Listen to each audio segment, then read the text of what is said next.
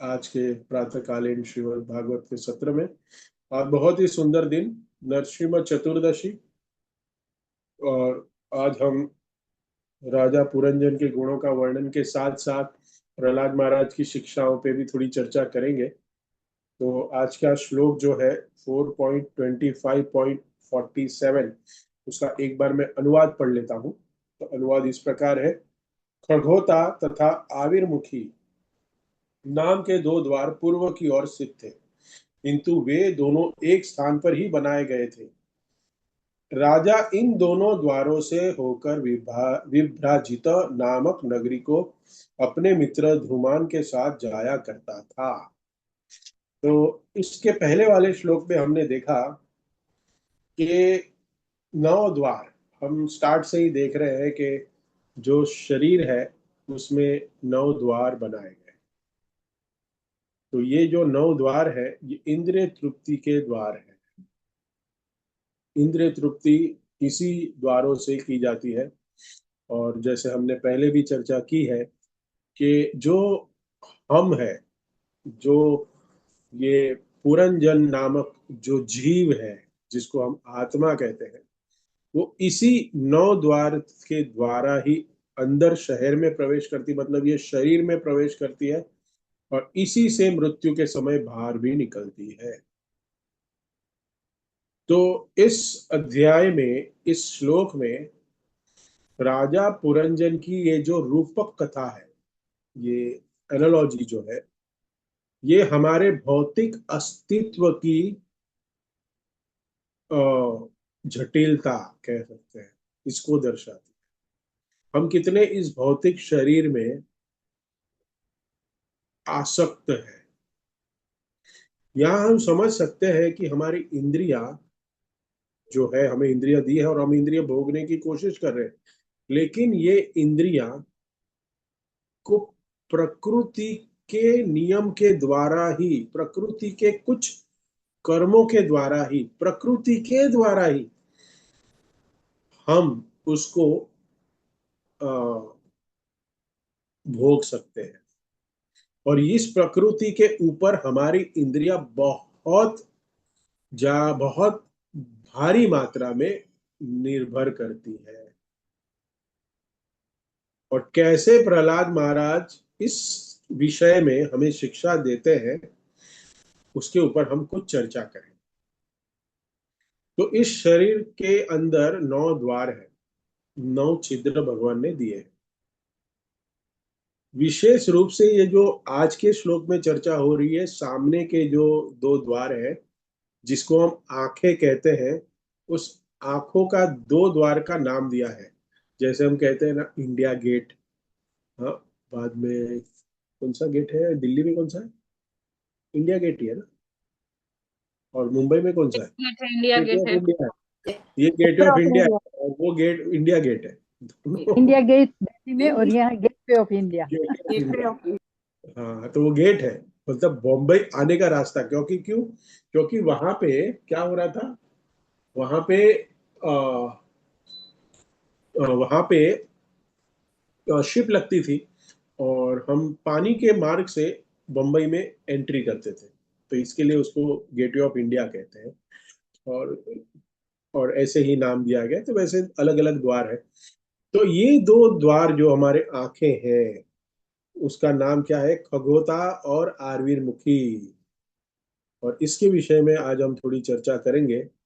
तो ये सिखाती है जीवात्मा जो राजा बन के इस शरीर में स्वतंत्रता महसूस करती है। हम हमारे इंद्रियां हैं और हम अपने आप को स्वतंत्र महसूस कर रहे हैं कि we are independent. Everybody wanted to become independent, nobody wanted to be controlled by someone. भले ही वो डिवोशन में हो या फिर वो भौतिक शरीर, भौतिक कार्य में हो, किसी को भी कंट्रोल में रहना अच्छा नहीं लगता। हाँ, भौतिक जीवन में कंट्रोल में रहना अच्छा लगता है क्योंकि पैसा मिलता है। क्या मिलता है? सैलरी मिलती है।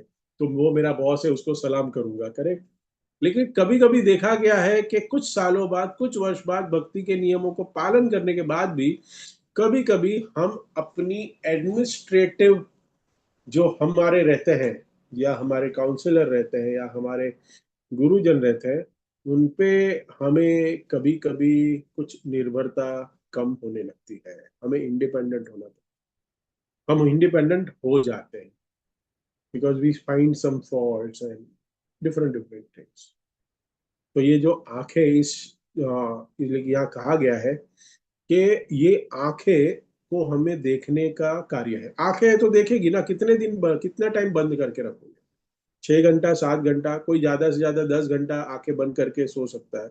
लेकिन आंख जैसे खोलेगा तो उसको तो देखना ही पड़ेगा, क्योंकि आंख का कार्य क्या है? देखना। आप उसको आंख, नहीं नहीं मैं इसके कर्म नहीं कराऊंगा तो आप बंद करके रहो, तो बंद करके रखेंगे तो क्या कहा जाएगा? अरे आप सो रहे हो। हाँ, सो रहे हो, आंखें बंद हो गई मतलब सो गए। लेकिन ये आंखें, ये स्कूल में भी पढ़ाया गया। मैं जब ये इसको पढ़ रहा था तब मुझे याद आ गया, अरे स्कूल में भी तो यही पढ़ा रहे थे हम लोग। पढ़े हैं हम लोग कि जब तक सूर्य, कोई भी ऑब्जेक्ट के ऊपर सूर्य का प्रकाश नहीं पड़ता और वो रिफ्लेक्ट हमारी आंखों में नहीं करता, तब तक हमें नहीं दिखाई देगा। इसका उदाहरण है, जैसे यहाँ पे एक कमरे में बैठा हूँ मैं राधा रासबिहारी मंदिर में। आज मैं मंगला आरती से था, लेकिन सेवा में है तो सेवा भी करनी है। तो मैंने किसी को कहा भाई तुम्हारे ऑफिस की चाबी दे दो। तो यहाँ लाइट है, तो लाइट ज्यादा ही आप लोग को दिखेगी, बहुत ज्यादा ही लाइट है। लेकिन मैं बंद कर रहा हूँ तो सभी बंद हो रही है, एक ही बटन पे सब कुछ। तो अगर ये लाइट बंद कर दूं तो आप लोग बोले प्रभु जी कहाँ चले गए, प्रभु जी अंतर्धान हो गए, प्रभु जी दिख ही नहीं रहे, अंधेरा हो जाएगा। तो क्या है ये लाइट? ये लाइट है प्रकाश। तो जैसे अगर इस सूर्य प्रकाश सुबह ना हो तो पूरा संसार अंधकार में रहेगा और हमारी आंखें देख ही नहीं पाएंगी। हमारी आंखें कुछ देख ही नहीं पाएगी, कहा गया है। और ये जो आंखें हैं वो किसको मित्र बनाए हुए हैं? तो यहाँ पे जो मित्र का नाम आया है, हाँ, कि जो मित्र का नाम है वो है नाम, धूमान। नाम है ह्यूमन। ध्रुमस धूमान। सखः, ध्रुमत, ध्रुमक नाम। और इसका सूर्य कहा गया है, ध्रुमा। तो ये सूर्य का प्रकाश हमें देखने के लिए बहुत ही आवश्यक है। भले ही हमें भगवान ने इंद्रियां दी हैं, 2 आंखें दे दी है, लेकिन क्यों ऐसा है? क्योंकि प्रकाश बहुत जरूरी है। अगर प्रकाश ना हो आपको कुछ नहीं दिखेगा। अगर आप टेरिस पे खड़े हो और टेरिस पे खड़े रह के आपको रात को 12-1 बजे है गांव में, यहाँ पे तो आपको सब दिखेगा क्योंकि लाइट जली होगी, सबके घर में लाइट होगी। तो शहर में तो पूरी लाइट होती है, गांव में देखो आपको पूरा अंधेरा दिखेगा और अमावस की रात होगी तो आपको कुछ नहीं दिखेगा, आपको कुछ नहीं दिखेगा। तो जो दिखेगा नहीं, तो आपको क्यों नहीं दिखेगा? क्योंकि प्रकाश नहीं है, अंधेरे में आपको कुछ नहीं दिखेगा। लेकिन जैसे उजाला हो जाएगा आप सब कुछ, वही आंखें होगी आपकी, लेकिन फिर भी देख पाओगे। So the eyes are dependent on सूर्य प्रकाश। और सूर्य प्रकाश कौन देता है? सिर्फ और सिर्फ भगवान की शक्ति। ये भगवान की शक्ति है, सूर्य। भगवान ने उनको ये शक्ति प्रदान की है। वो इंडिपेंडेंटली शक्ति प्रकट नहीं कर पा रहे। सूर्य देवता भी जो है ये इंडिपेंडेंट प्रकट नहीं कर रहे, वो वहां से लेके हमें देते हैं। जैसे हमें कह सकते हैं कि यहाँ बिजली हमें कोई डिस्ट्रीब्यूट करता है, यस डिस्ट्रीब्यूट करता है, लेकिन ये बिजली कहीं तो भी प्रोड्यूस हो रही है, कहीं तो भी बनाई जा रही है। तो असली सोर्स क्या है? That manufacture. तो सूरज तो डिस्ट्रीब्यूटर है, करेक्ट। तो वो हमें सूर्य प्रकाश देता है। तो इस तरह से हम जान सकते हैं कि हमारी हर इंद्रिया, जैसे अभी हम कान ले लें, कर्ण, ये इसका काम क्या है? आप लोग अभी सुन रहे हो, करेक्ट, यू आर, आप लोग सुन रहे हो, आई होप।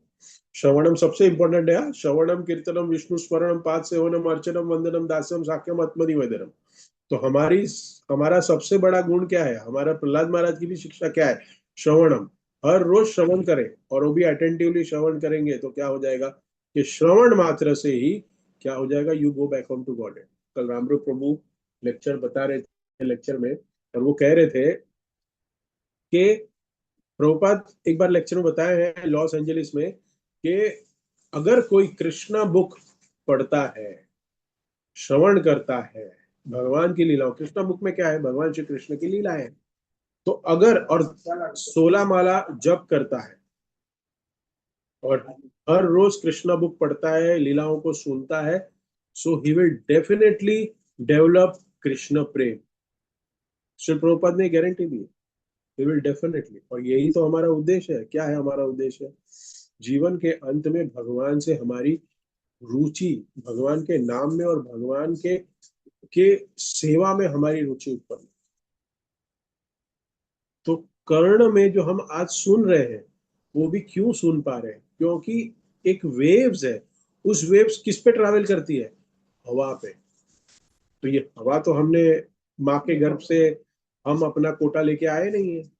ये हवा भी किसने दी? ये भगवान की ही शक्ति है।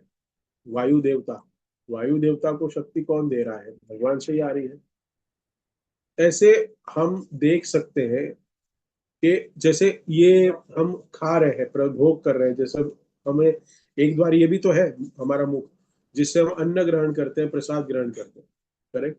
लेकिन ये प्रसाद ग्रहण करने के लिए, इंद्र भोग करने के लिए, टेस्ट लेने के लिए जो अन्न उत्पन्न होता है, वो अन्न किसके ऊपर डिपेंड है? अन्नाद भवति भूतानि, हाँ, परजन्य। ये भगवान भगवत भगवत गीता में भी ये श्लोक कहते हैं कि ये जो सब सिस्टम जो उत्पन्न होता है, ये जो अन्न उत्पन्न होता है, वो किसके ऊपर डिपेंड है? बारिश, पानी। और ये पानी जो है वो किस पे गिरता है? फसल पे गिरता है। और ये जो जमीन पे जो पानी गिरता है, उससे फसल उत्पन्न होती है, और फिर उसको हम अलग अलग व्यंजन बना के खाते हैं। तो हमारी भोग, हमारा जो मुख है, उसको भी भोग कर हमें करना है, खाना है, इंद्रियों को संतुष्ट करना है। वो भी भगवान के ऊपर ही डिपेंडेंट। क्योंकि भगवान अगर बारिश ना करे, जमीन को फर्टिलाइज ना करे, तो क्या होगा? तो हम हमारी इंद्रियों को भोग कर पाएंगे? नहीं। तो यहाँ पे यही बताया जा रहा है कि जो भी स्पष्ट रूप से बताया जा रहा है कि ये जो आज के श्लोक में दो आंखें हैं, सिर्फ दो आंखों का बताया जा रहा है। आगे और कुछ बताया जाएगा कि दो, बाद में हमारे कर्णों के बारे में नेक्स्ट श्लोक है कि वो कौन से स्टेज में है। जैसे ये पूर्व दिशा है, यहाँ के कहा है, कल हमने पढ़ा कि दो आंखें, दो नथुने और मुंह, ये पांच सामने दिखते हैं, इसको ले पूर्व दिशा कही गई है। और उसके बाद दक्षिण और हम कहते हैं नॉर्थ एंड साउथ, उत्तर और दक्षिण में दो कान दिए गए, वो भी दो है। और पश्चिम दिशा में हमारे मल विसर्जन करने के दो द्वार। तो ऐसे 9 द्वार, पूर्व में 5, उत्तर और दक्षिण में एक एक, और पश्चिम में 2। ये 9 द्वार द्वारा ये जो शरीर है वो भोग करता है, इंद्रिय तृप्ति करता है। और एक जीव इस संसार में आने के बाद वो गर्वित होता है कि मेरे पास ये इंद्रिय है, मैं देख सकता हूं, मैं सुन सकता हूं, लेकिन मैं खा भी सकता हूं और पचन भी कर सकता हूं, और पचन करने के बाद उसको मल विसर्जन द्वार द्वारा मैं उसको बाहर भी निकाल सकता हूं। बट ये सब कुछ क्यों हो रहा है? ये भगवान की कृपा या भगवान की शक्ति कार्य करे। कभी आप लोगों ने रात को खाया, चलिए रात को आप लोगों ने प्रसाद खाया, और सोने के पहले आप लोग ने ऐसा किसी को बोला कि रुको रुको, मुझे थोड़ा है ना पचन करना है, मुझे हजम करना है? हाँ, आप वॉक पे जा सकते हो। आपके घर में कोई 100 कदम चलता है, 200 कदम चलता है, तो उसको कहते हैं कि हजम हो रहा है। लेकिन आप कोई एफर्ट लगाते हो हजम करने के लिए? प्रसाद को, जो आपने प्रसाद खाया है, उसको खाने के लिए कोई क्रियाएं करते हैं? जैसे खाने के लिए खाना पकाना पड़ता है, हाथ से खाना पड़ता है, वैसे ही पचाने के लिए कोई क्रियाएं करते हैं हम लोग? नहीं। तो कौन करता है? कौन करता है? इंद्रिय तृप्ति तो हमने कर ली, लेकिन अगर पचाए नहीं ठीक से, अगर उसको ठीक से क्रियाएं ना हो हमारे पेट के अंदर, तो क्या होता है? आप वापस इंद्रिय तृप्ति सुबह नहीं कर सकते। कहता है, लगता है ना, अरे पेट में गड़बड़ है, तो फिर सुबह क्या हो जाता है? सर दर्द हो जाता है, कोई ना कोई, हाँ, लूज मोशन और सब कुछ, अलग अलग बीमारियां हो जाती है। क्यों? क्योंकि हमारी अंदर की सिस्टम खराब हो गई है।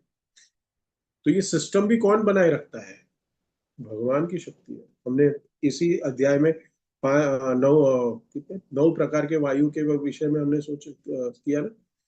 हम्म, तो वायु, अलग अलग वायु है शरीर के अंदर। वो वायु क्या करती है, शरीर का संतुलन बनाए रखती है। तो हमें, राजा तो है हम इस शरीर के, लेकिन हमारी जो इंद्रिय तृप्ति करने के लिए हमें जो भी भोग मिलता है, उस भोग के लिए हमें किसके ऊपर डिपेंड रहना पड़ता है, प्रकृति के लिए, प्रकृति के ऊपर। और प्रकृति कौन है, भगवान। भगवान की ये प्रकृति शक्ति है। तो इसी विषय में प्रहलाद महाराज श्रीमद् भागवतम में 7.6.1 में शरीर के बंधन को समझने का एक श्लोक उद्धृत करते, बहुत फेमस श्लोक है ये। शरीर के अंदर हम बंधे हुए हैं, ये इंद्रिय तृप्ति हम कर रहे हैं जिसकी वजह से हम बंध गए हैं। और कहते हैं कि चूंकि ये शरीर अस्थाई है, हमारा ये शरीर अस्थाई है, और इसकी इंद्रियां सीमित है, इसलिए में हमें अपनी मानवीय बुद्धि का उपयोग तुरंत आत्म साक्षात्कार के लिए करना चाहिए। तो ये बहुत सुंदर श्लोक है। कौमारम आचरत प्रज्ञो धर्मान भागवतानिह दुर्लभ मानुष जन्म तदप्य धूर मथ मर्थदम। प्रहलाद महाराज ने कहा, पर्याप्त रूप से बुद्धिमान मनुष्य को चाहिए। ये प्रहलाद महाराज किसको उपदेश दे रहे हैं, अपने सहपाठियों, अपने कलीग्स को। ये बहुत सुंदर शिक्षा है जिसमें वो बता रहे हैं कि मनुष्य को चाहिए कि जीवन के प्रारंभ से अर्थात बाल्यकाल से ही अपने सारे कार्यों को छोड़कर भक्ति कार्य के अभ्यास में इस मानव शरीर का उपयोग करना चाहिए। यह मनुष्य शरीर अत्यंत दुर्लभ है, यही दुर्लभ मनुष्य शरीर है। इसी के लिए हम देखते हैं कि राजा प्राचीन बरी, प्राचीन परिषद को नारद मुनि क्या दे रहे हैं, उपदेश दे रहे हैं, क्योंकि सकाम कर्म करने के पीछे लगे। और ये हम सब जीव सकाम कर्म करते हैं। इसके लिए प्रहलाद महाराज भी कहते हैं कि हम सबको सकाम कर्म करने के लिए कोई भी आवश्यकता नहीं है। अगर सकाम कर्म करेंगे, शरीर को, मनुष्य दुर्लभ है और शरीर के भांति नाशवान होते हुए भी अर्थपूर्ण है, क्योंकि मनुष्य जीवन में भक्ति संपन्न की जा सकती है। मनुष्य जीवन में ही भक्ति संपन्न की जा सकती है। पक्षी रूप में गरुड़ अपवाद है,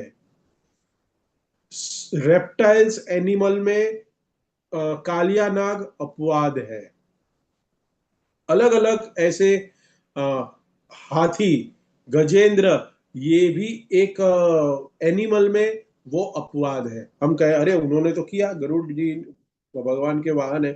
तो ऐसे अलग अलग योनियों में जीव हैं जिन्होंने भक्ति की पराकाष्ठा की, भक्ति की, लेकिन ये उंगलियों पे गिन रहे हैं। ये हम नहीं कह सकते कि हम, जैसे चैतन्य चरितामृत में भी आता है कि चैतन्य महाप्रभु के पास एक छोटा सा पिल्ला था, कुत्ता था, और वो कुत्ता को भी चैतन्य महाप्रभु ने उसका उद्धार कर दिया। वो गंगा के किनारे नाच रहा था। वो क्यों, चैतन्य महाप्रभु की कृपा। इसका मतलब ये नहीं कि कुत्ते, हर कुत्ते, आजकल तो घर घर में कुत्ते हैं, घर घर में सिलेंडर की योजना है ना, वैसे घर घर कुत्ते की योजना कुछ साल में आ जाएगी। इतने कुत्ते पालते हैं, मुझे नहीं समझ में आता क्यों कुत्ते कुत्ते पालते हैं। अरे उससे अच्छा बच्चा पैदा करो, भक्त बनाओ। किसी को रिस्पॉन्सिबिलिटी नहीं लेनी है। इसके लिए क्या है, 12 साल में वो आके चला जाएगा, फिर हम दूसरा लेके आ जाएंगे। ना उसकी पढ़ाई करनी है, ना कुछ करनी है, ना उसकी शादी करनी है, ना उसके बहू की गाली सुननी है, ना ना हम ऐसे कोई भी कार्य करें जो रिस्पॉन्सिबल हो। तो वहां पे हम देखते हैं चैतन्य महाप्रभु ने भी एक जीव, एक एक अधम योनि, कुत्ता एक अधम योनि का ही है, उसका भी उद्धार किया।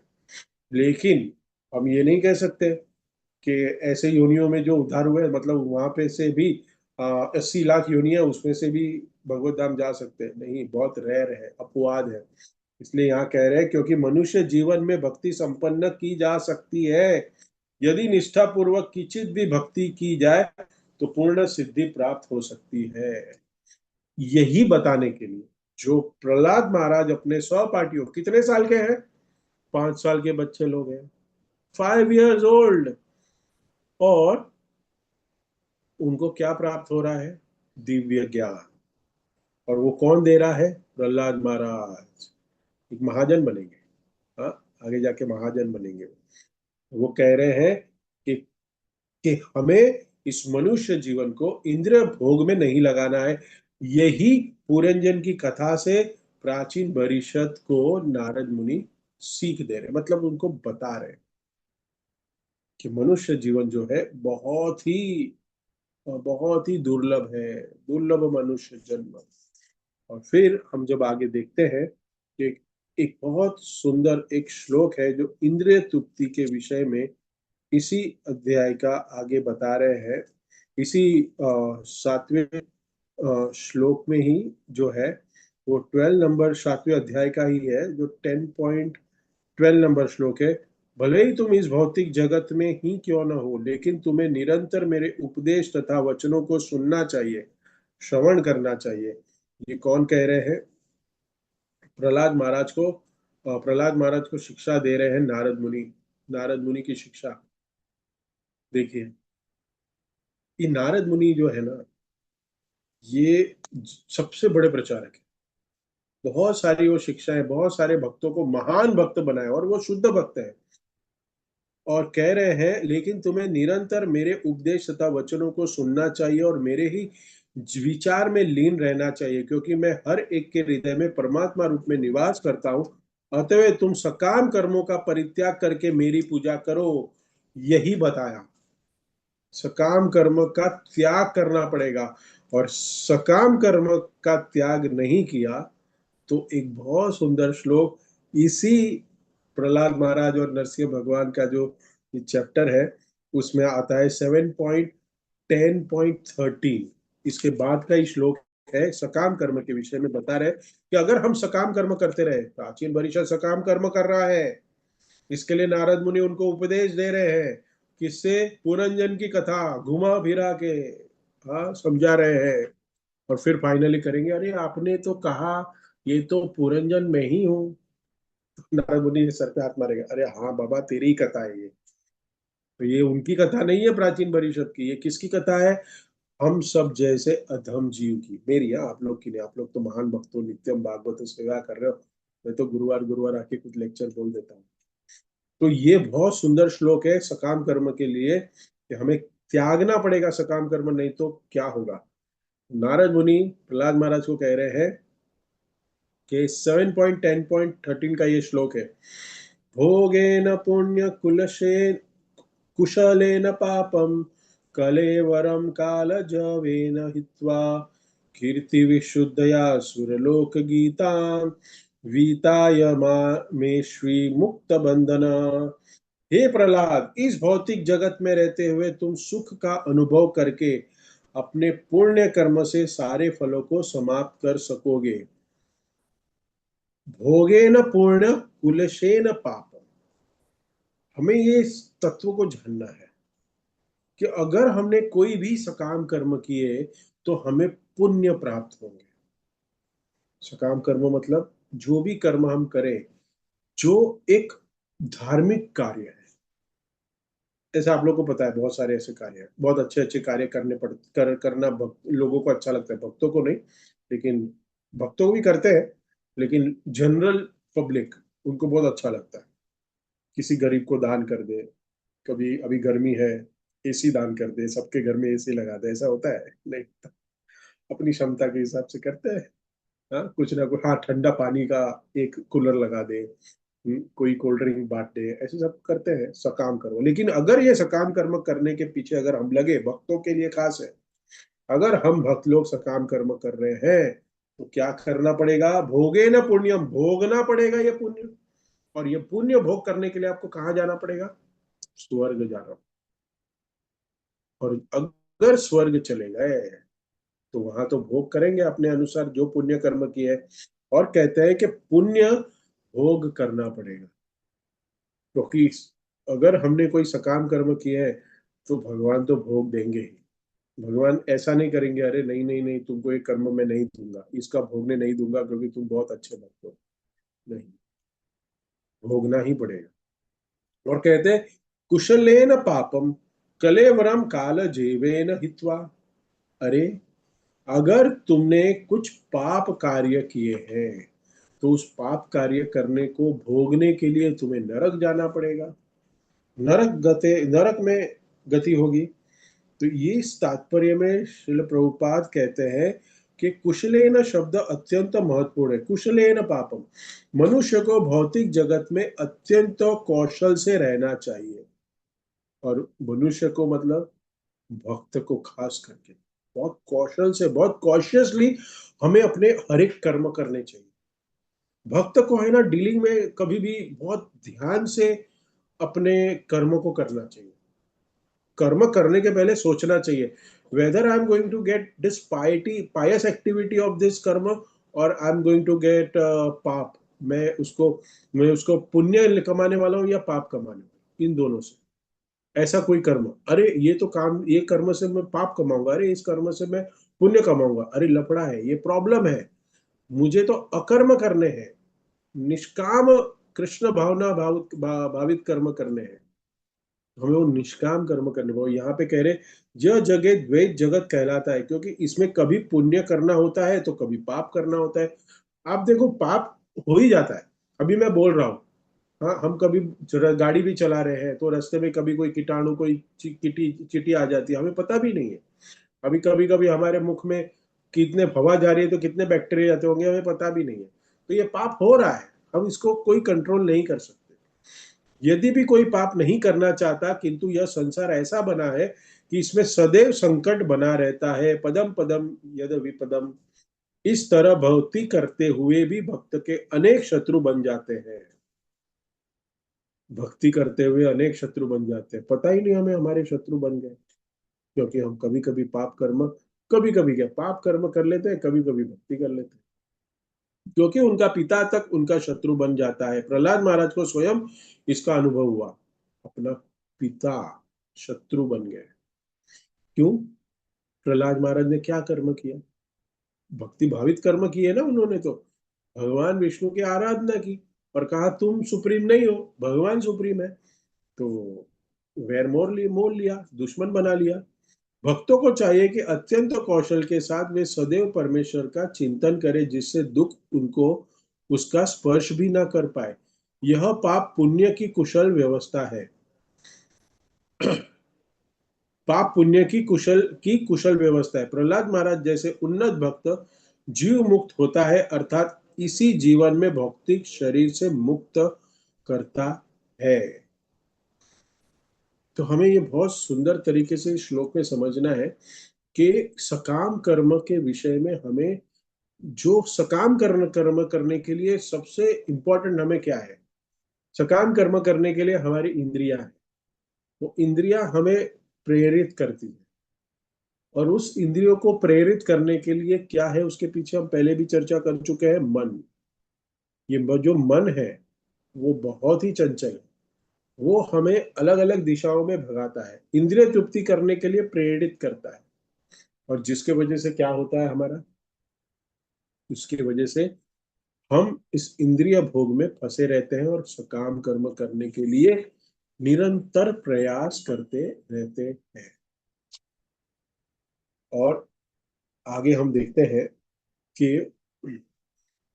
एक सुंदर शिल प्रभुपाद उदाहरण देते हैं इसके विषय में, कि इंद्रिय भोग कितना कितना दुखदाई, या कितना हम कह सकते हैं कि हमारे लिए कितने पीड़ादायक है। इंद्रिय तृप्ति, जो ये 9 द्वार है, ये 9 द्वार अम्बरीश महाराज कैसे भगवान की सेवा में लगा रहे हैं, वहां अम्बरीश महाराज की कथा में आगे, जब आगे आगे आएगा हम सुनेंगे। लेकिन वो बहुत सुंदर है कि हमारे हर एक इंद्रियों को कैसे भगवान की सेवा में लगाए। That is called art of Krishna consciousness. Art of Krishna consciousness. अगर इस विज्ञान को किसी ने समझ लिया ना, भक्त ने, वो सततम भक्ति करेगा। सततम युक्तानाम भजतम प्रीति पूर्वकम। भजतम प्रीति पूर्वकम, और वो भी कैसे? सतत करनी है, कंटिन्यूअस डिवोशन प्रैक्टिस। और उस कंटिन्यूस डिवोशन प्रैक्टिस के लिए आपके पास ये 9 द्वार है। ये 2 द्वार के द्वारा ही आप 9 में से 5 तो ज्यादा इंपॉर्टेंट, 7 ज्यादा इंपॉर्टेंट है, उसके द्वारा ही आप सतत भक्ति कर सकते हैं और प्रीति उत्पन्न कर सकते हैं। इसके लिए श्रील प्रभुपाद कहते हैं कि ये इंद्रिय तृप्ति, ये जो 9 द्वारों द्वारा इंद्रिय तृप्ति करते हैं, कितनी भयावह है। तो उसके लिए श्रील प्रभुपाद कहते हैं कि ये इंद्रियों का शहर शहर में एक व्यक्ति खो जाता है, जो पुरंजन खो गया है इस इंद्रियों के शरीर में।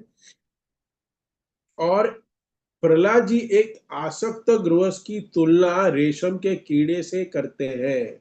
श्री प्रभुपाद अपने लेक्चर में लिखते हैं कि प्रहलाद महाराज कहते हैं कि रेशम का कीड़ा, आप लोग ने रेशम का कीड़ा पता नहीं सिल्क की साड़ी तो पहनी है, लेकिन कीड़ा देखा है क्या नहीं, तो उसका कहते हैं कि जो अपनी ही लाल, ये जो धागा है रेशम का, वो क्या है, उसकी उसकी सलाइवा लाड़ है, और अपनी ही लाल से क्या बनाता है वो धागा बनाता है, कोकुन लेकिन कोकुन। कोकुन बनाता है, कोकुन बनाता है, और वो उसको कोकुन भी कहते हैं, या फिर हम एंड प्रोडक्ट हमारा धागा ही है, तो हम कहते हैं धागा बनाते हैं, लेकिन उसमें फंस जाता है, वो खुद ही फंस जाता है। और जब वो क्यों फंसता है, क्यों फंसता है, क्योंकि वो ये सोचता है कि ये मेरी इंद्रिय से बाहर निकला है तो ये मेरा है, लेकिन उसको नहीं पता कि वो निकाल के बाहर निकल, वो उसको छोड़ देगा ना तो वो बच जाएगा, वो बच जाएगा, लेकिन वो उसी में फंसता है। क्यों? क्योंकि वो समझता है ये मेरा, मी एंड माइंड। तो यही बता रहे हैं यहाँ पे कि वास्तविक स्वरूप 9 द्वार वाले शहर में आके पुरंजन की तरह हम भी सब जीव हमारा वास्तविक स्वरूप भूल गए। हम इंद्रियों की जकड़ में, कहते हैं ना हम, कि इंद्रियों में इतने प्रबल तरीके से हमारी इच्छा है भोग करने की, जिसके वजह से हम और इंद्रिय भोग करने के लिए लालायित हो रहे हैं। एक बहुत सुंदर कथा है, पापराज करके एक राजा था। उस राजा को बहुत सकाम कर्म करा था, ये एक, और आप समझ लो प्राचीन परिषद, और उनके जीवन में भी नारद मुनि आते हैं उनको उपदेश करने के लिए। देखिए, इसको ध्यान से सुनिएगा। हम कहते हैं ना, लव मात्र साधु संग सर्व सिद्धि होए। हाँ? लव मात्र साधु संग से सर्व सिद्धि हो सकती है, उसका ये प्रबल उदाहरण है। तो एक पापराज को नारद मुनि आए और उसको समझा रहे हैं। अभी यहाँ पे तो पुरंजन सुन तो रहा है कथा, सॉरी, प्राचीन परिषद पुरंजन की कथा तो सुन रहे हैं ऐसे बैठ के, बहुत अच्छा लग रहा है, बहुत अच्छा है, वेरी नाइस, अच्छा, वेरी गुड। लेकिन वहां पे वो सुनने को तैयार नहीं। पापराज इतना पापी और इतना सकाम राजा था कि वो नारद मुनि को रिस्पेक्ट तो था, लेकिन उनसे सुनना नहीं चाहते थे। इसी प्रकार आज भी हम देखते हैं कि बहुत सारे लोग हैं, वो बड़े बड़े साधु संतों के साथ फोटो तो निकालना चाहते हैं, लेकिन उनसे सुनना नहीं चाहते। इसलिए इस्कॉन में श्रवण की बहुत बड़ी महिमा है। श्रवणम सबसे इंपॉर्टेंट श्रवण है। तो यहाँ पे वो सुन नहीं रहा है, लेकिन फिर जो भक्त होता है, नारद मुनि तो कृपा के सागर है। हाँ, महावदान्या है, चैतन्य महाप्रभु जैसे है वैसे वो भी महावदान्या है। तो नारद मुनि कहते हैं कि जब तुम अपना शरीर त्यागोगे और तुम यमराज के पास जब जाओगे, तो तुम यमराज को एक प्रश्न पूछना। तो बोलता है, क्या प्रश्न पूछूं? तो पूछते हैं, वो नारद मुनि कहते हैं कि लव मात्र एक साधु को उसके साथ संग करने का, लव मात्र साधु संग का, तभी तो ये श्लोक नहीं पता था, वो राजा ने तो सर्व सिद्धि हुआ पता होता था, लेकिन इस श्लोक का ये नारद मुनि बता रहे हैं, ये हमें गारंटी दे रहे हैं। तो कह रहे हैं कि तुम जब यमराज को मिलोगे तो पूछ लेना कि एक पल का एक लव मात्र साधु संग करने का लाभ क्या है। पूछ लेना, पापराज को कहते हैं, पापराज। तो ये पापराज जो व्यक्ति है, राजा है, वो अपने सारे कर्मों को भोगने के बाद कहाँ जाता है, नरकगामी होता है। तो वहां पे मिलते हैं कौन, यमराज। तो यमराज को पूछता है, रुको रुको रुको रुको, मेरा हिसाब करने के पहले मुझे एक प्रश्न पूछना है। यमराज पूछते हैं, बताओ क्या प्रश्न है तुम्हारा। तो बोलते हैं, मुझे ऐसे एक व्यक्ति मिले थे और उन्होंने कहा कि भक्त, एक एक उच्च श्रेणी के भक्त का लव मात्र साधु संग करने का क्या लाभ है, लव मात्र साधु संग करने का क्या लाभ है। तो यमराज जी सर खुजाने लग गए, क्या लाभ है, पता नहीं, तुमने किया है क्या। बोलता, हाँ मैंने किया है,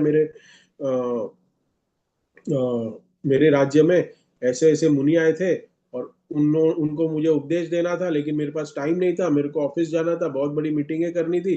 तो मैंने उनको दान बीन दे के उनको रवाना कर दिया, प्रसाद खिला के रवाना कर दिया। तो बोलता, मेरे को भी नहीं पता। यमराज कहते हैं कि मुझे नहीं पता इसका क्या लाभ है। तो बोलते, एक काम करते हैं, कहाँ जाते हैं, हम जाते हैं शिव जी के पास। तो वो यमराज, ये पापराज गए कैलाश, शिव जी के पास। तो यमराज जी ने प्रणाम किया, ये भक्त को भी प्रणाम करवाया, और फिर बोला, क्यों आए हो आप लोग, क्या है आपका कष्ट बताइए, ये कौन है। बोलता, ये ऐसे ऐसे एक मनुष्य जीव है जो पापी है, जो भोगने के लिए मेरे पास आया था, लेकिन मैंने उसको पूछ लिया कि तेरा क्या प्रश्न है। तो उसने प्रश्न का, उसको पूछने के लिए उसको एक साधु ने बोला था, और मैंने उसको परमिशन दे दी, और यहाँ पे आना पड़ा मुझे। बोलता, क्या है। बोलता, लव मात्र साधु संग का क्या क्या लाभ है, कोई भक्त का लव मात्र साधु संग का। तो शंकर जी भी कहे, मुझे भी नहीं पता इस प्रश्न का उत्तर। तो अभी क्या करें। तो एक काम करते हैं, चलो ब्रह्मलोक जाते हैं, ब्रह्मा जी के पास। तो यमलोक से गए कैलाश, कैलाश से गए ब्रह्मलोक, जिसको हम तपलोक भी कहते हैं, सत्यलोक भी कहते हैं।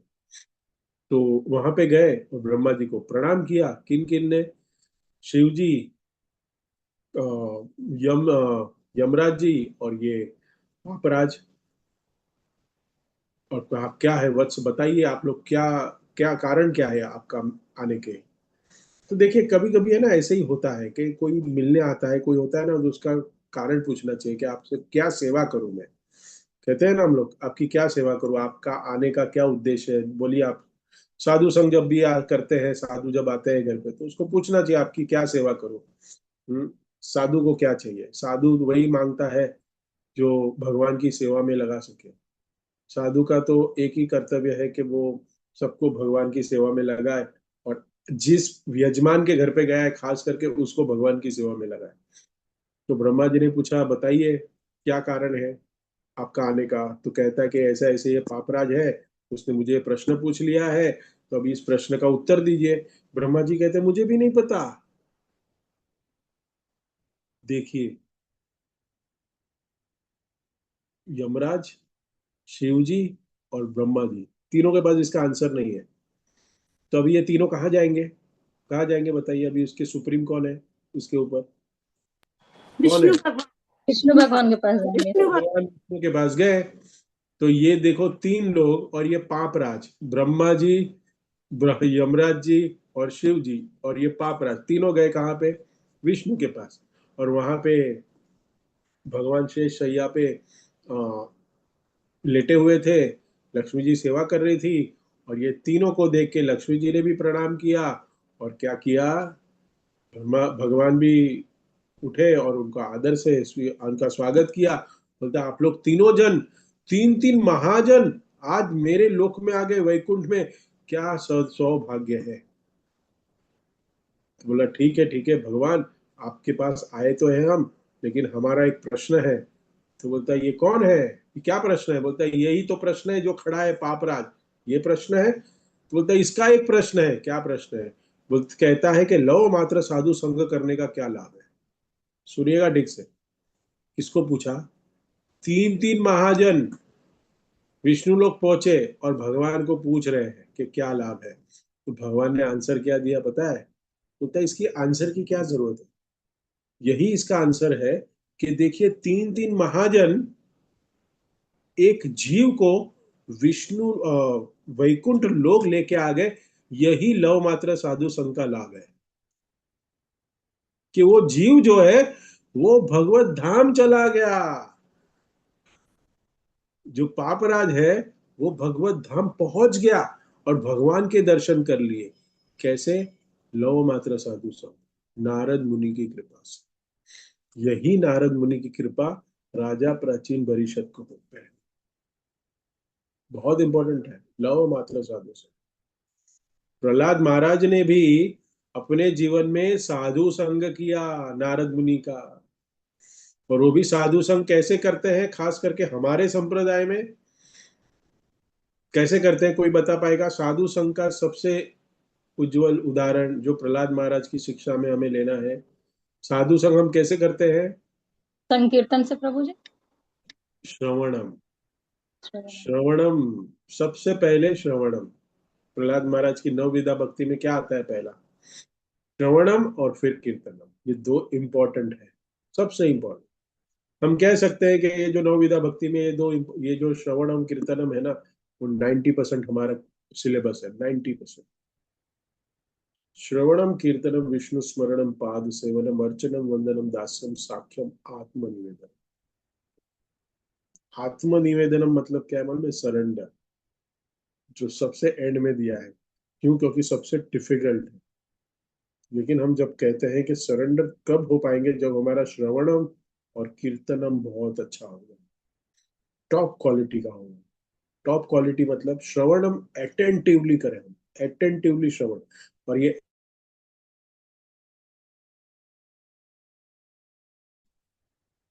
और कीर्तनम, कम से कम जो 16 माला हमें दी है उस 16 माला को without mobile, without interference, without disturbance हम श्रवण करें और कीर्तन करें और नाम सबका उच्चारण करें। उच्चारण में भी हम कैसे? पहले उच्चारण करें और उच्चारण के साथ साथ उसका उच्चार जो किया हुआ शब्द है उसको सुने। तो यहाँ पे हम देखते हैं कि हम इंद्रिय तृप्ति के द्वारा शारीरिक सुख प्राप्त करना चाहते हैं सभी जीव।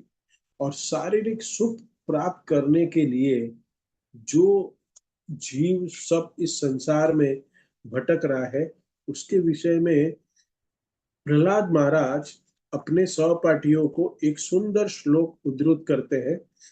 उस श्लोक को मैं कह के हमारे इस कथा को विराम दूंगा। तो इस श्लोक है कि इंद्रिय तृप्ति शरीर को स्वतः ही मिल जाती है। जैसे असुर विष्ठा का आनंद लेता है, इसलिए हमें इसके लिए अपना दुर्बल मानव जीवन बर्बाद नहीं करना चाहिए। इसके बजाय हमें परम मित्र की तलाश करनी चाहिए, परम विष्णु भगवान की तलाश करनी चाहिए।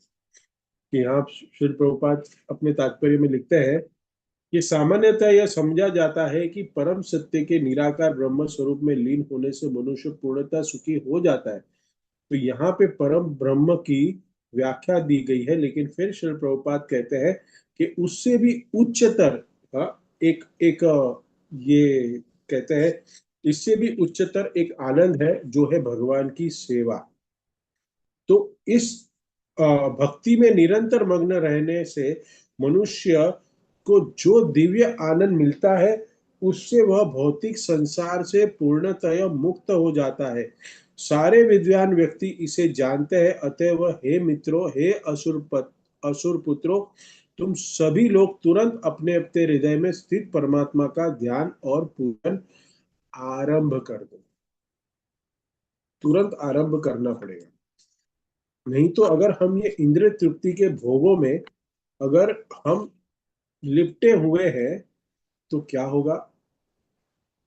तो कहते हैं वे कुछ इंद्रिय तृप्ति के लिए कृत्रिम साथ सामान बनाने में व्यर्थ ही क्यों लिप्त रहते हैं। तो हमें कृत्रिम विषयोपाद विषयोपादा पादन नहीं है।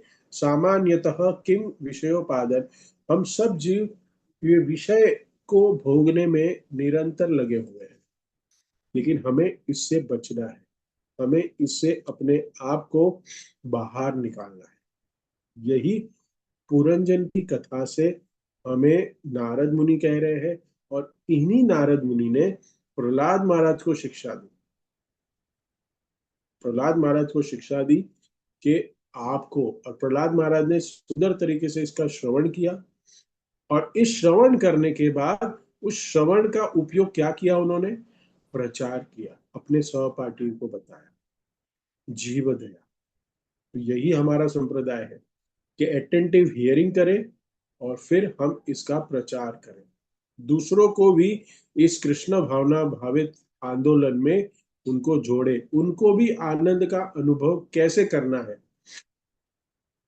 ऋषिकेश, ऋषिकेन ऋषिकेश, ये जो इंद्रियां है, ये सब इंद्रियां कैसे हम ऋषिकेश के भगवान के सेवा में कैसे लगाए, यही विज्ञान हमें श्रीमद् भागवतम में, प्रहलाद महाराज के शिक्षाओं में हमें प्राप्त होती है कि हमें निरंतर भगवान की सेवा में लगना चाहिए। और ये जो प्रहलाद महाराज की जो शिक्षाएं हैं, ये सबसे इम्पोर्टेंट है। जैसे कल मंदिर में इस समय कथा चल रही है प्रहलाद महाराज की, तो हिज ग्रेस रामरूप प्रभु बता रहे थे कि हर एक भक्त को ये जब पीरियड आता है नरसिंह चतुर्थी, आज का दिन तो सबसे इम्पोर्टेंट ही है, तो आज के दिन ये श्रीमद् भागवतम के 7वें अध्याय के जो जो अध्याय के जो 7वें स्कंद के जो 4 अध्याय दिए हैं, जिसमें प्रहलाद महाराज के गुणों का वर्णन, प्रहलाद महाराज की प्रार्थना है, प्रहलाद महाराज के सहपाठियों को उनको शिक्षा देना, ये सब पढ़ना चाहिए। खास करके कल उन्होंने बताया कि आज तो जिन जिन भक्तों के पास समय है, उस समय का पूर्ण उपयोग करें, और पूर्ण उपयोग करके इस नरसिंह चतुर्दशी के दिन प्रण ले कि जो इंद्रिय भोग है, इंद्रियों को जो भोग करने की जो हमारी लालसा है, इसको भगवान की सेवा में, इंद्रिय तो भोगेगी लेकिन उस भोग को भगवान की सेवा में लगे। यही हमारा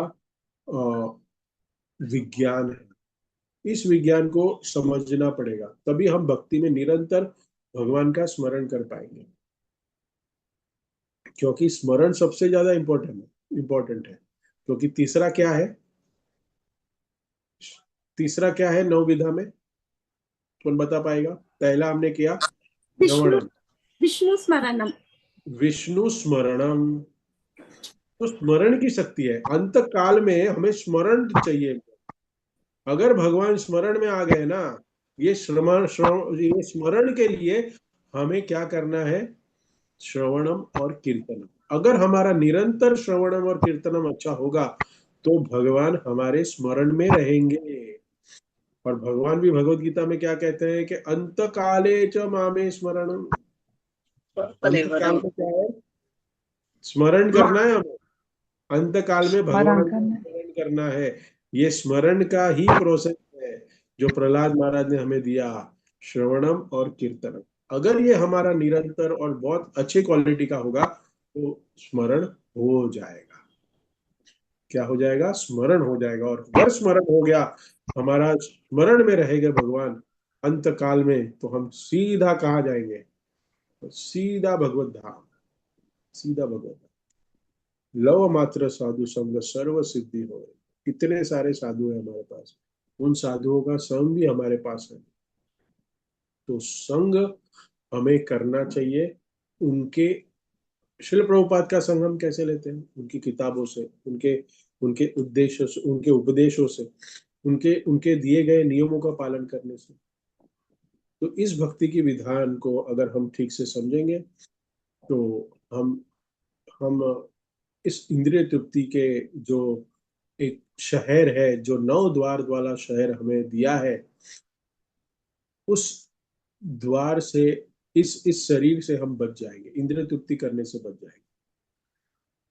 कहते हैं कि हम ये शरीर नहीं है, लेकिन कल एक भक्त के साथ जब चर्चा कर रहा था तब वो कहा कि हम तो आत्मा है। करेक्ट, हम यही बात कर रहे थे, हम सब तो यही जानते हैं कि हम आत्मा है। We are not the body, we are the soul. This is the correct statement. वो कहते हैं कि this is the right statement when we say we are not the body, we are the soul. This is the statement for the Goloka, Vrindavan and Vaikuntha. But as soon as जब हम इस संसार में आके गिरते हैं, इस भौतिक जगत में आते हैं, तो हम इसका मिश्रण है। क्योंकि शरीर और आत्मा, तो ये दोनों, ये जो एक स्पिरिट और मैटर है, ये दोनों का मिश्रण है जो हम है इस भौतिक जगत में। आई होप आप लोग समझ रहे हैं इस बात को। लेकिन इसको समझना कि मैं शरीर भी हूं और मैं आत्मा भी हूं, लेकिन मुझे शरीर के लिए इतना ही कार्य करना है जितना कार्य इस शरीर को चलाने के लिए। जैसे गाड़ी हमें मिलती है, करेक्ट, हम गाड़ी खरीदते हैं, तो गाड़ी जब वो बेचता है मैन्युफैक्चरर, तो वो गाड़ी में सब कुछ लगा के देता है जिससे वो गाड़ी आपको एक जगह से दूसरे जगह पे लेके जाए। आपको सिर्फ पेट्रोल डालना। लेकिन उसके बाद पता है आपको मॉडिफाइड होती है गाड़ी, मॉडिफाइड करते हैं, कोई इधर बड़ी लाइट लगाता है, कोई ये लगाता है, कोई वो करता है, कोई ये करता है। तो इसका उदाहरण हम ले सकते हैं कि हमें तो शरीर दिया है भगवान ने क्या करने के लिए, इस भौतिक जगत से भगवत धाम जाने के लिए मनुष्य शरीर मिला है। लेकिन अगर इसको मॉडिफाइड करके इसमें अलग अलग अटैचमेंट लगा के अगर हम इसी को अपना सर्वस्व समझ बैठे, तो फिर हम कह सकते हैं कि मैं शरीर ही हूं, मैं इस शरीर में बंध गया। ये बहुत सुंदर आज का दिन है और हम राजा पुरंजन की कथा से हम सुन रहे हैं। और इसका उद्देश्य एक ही है इस कथा का, कि अपनी इंद्रियों को भगवान की सेवा में लगाना है। क्योंकि ये इंद्रियों को कार्य तो देना ही पड़ेगा, इस इंद्रिय कार्य के बिना नहीं रह सकती। लेकिन उस कार्य को कौन सा देना, यही कृष्ण भावना भावित विज्ञान है, जो हम यहाँ पे शिल प्रभुपाद की संस्था में, हमें शिल प्रभुपाद ने और उनके अनुज, उनके अनुयायी हमें सिखाने का प्रयत्न कर रहे हैं। हरे कृष्णा। किसी कोई भक्त का कमेंट, टिप्पणी, प्रश्न, करेक्शन है तो पूछ सकते हैं।